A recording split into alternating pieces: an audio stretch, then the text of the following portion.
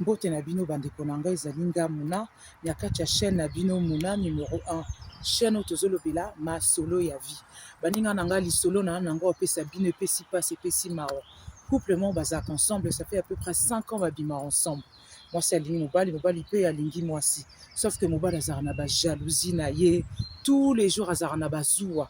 Mwasi telefone eleli o nana bengi mwasi likambo o nana sali boye mwasi akende voyage ake voyage te. Baninga na nga quelque temps après naoki sango ndeko azopesa nga lisolo alobi Muna ndeko na nga na minute oyo aza ya kozika mobali azikisa ye mpo na jalousie. Donc jalousie ezali mabe, jalousie ezoboma bato.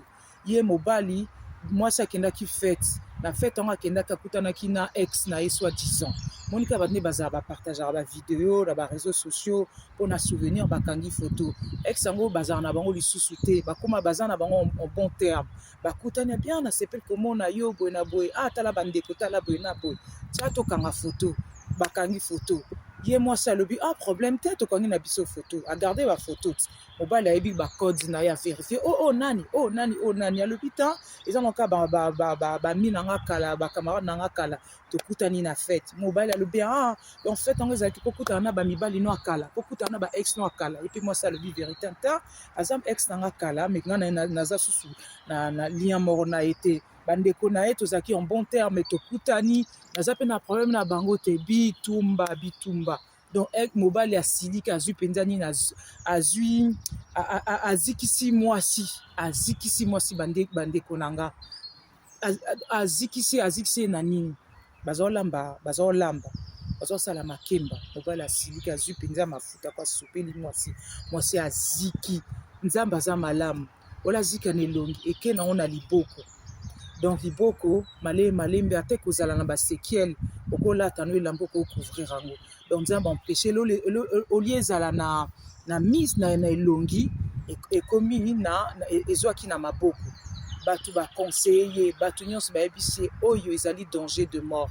Tika mobali o déjà bandi kozikisa o abetaka o soki asimbi ceinture azobeta o soki azwi makofi azobeta akanisa ye aokanisa oza adversaire na ye. Donc mobali o tika boza nano bobalani te azobeta o na libala andobeta yo mpe kaka. Yo baninga na nga copain copine eza état bozotala na bizaleli. Mobali so azobeta déjà na ki copain copine na libala andobeta o esika nyonso andobeta o. Do bandeko na nga conseil na mpesa ndeko ya mwasi oyo tika mobali oyo tala déjà preuve asali yo azikisi yo na liboko. Nzambe bon ole ezala na elongi ezwi na liboko aziki mpenza balobaka 40 degrés aziki mpenza mwasi ndo posolo elongo lokola ngulu. Mais nzambe aza malamu akozala traité ata basekele ekozala ekosila. Bandeko na nga s'il vous plaît vraiment tomikeba tosala attention.